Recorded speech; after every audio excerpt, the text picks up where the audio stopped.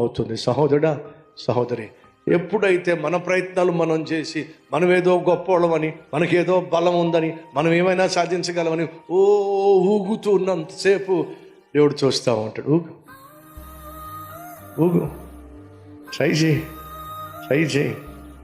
ఏం ఊగాలే దేవుడు చూశాడు. ఊగు ఊగు ఊగు ఊగు అన్నాడు.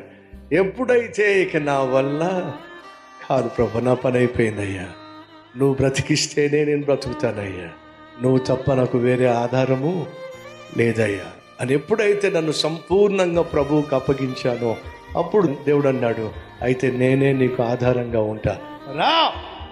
నా చేతిని తన చేతిలో తీసుకున్నాడు. ఈ పరిచర్ను ఎంతగా దీవించాడు. వినో, నీ జీవితంలో దేవుడు ఉద్దేశించిన ఆలోచనలు, ఉద్దేశించిన తలంపులు ఖచ్చితంగా ఆయన నెరవేరుస్తాడు. ఆ నెరవేర్చే సమయం వచ్చినప్పుడు సైతాను మౌనంగా ఉండడు.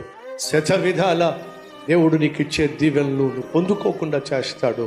అలా చేసినప్పుడు నువ్వు ప్రార్థనతోనే, విశ్వాసంతోనే దేవుని ఆశీర్వాదాలు స్వతంత్రించుకోవాలి.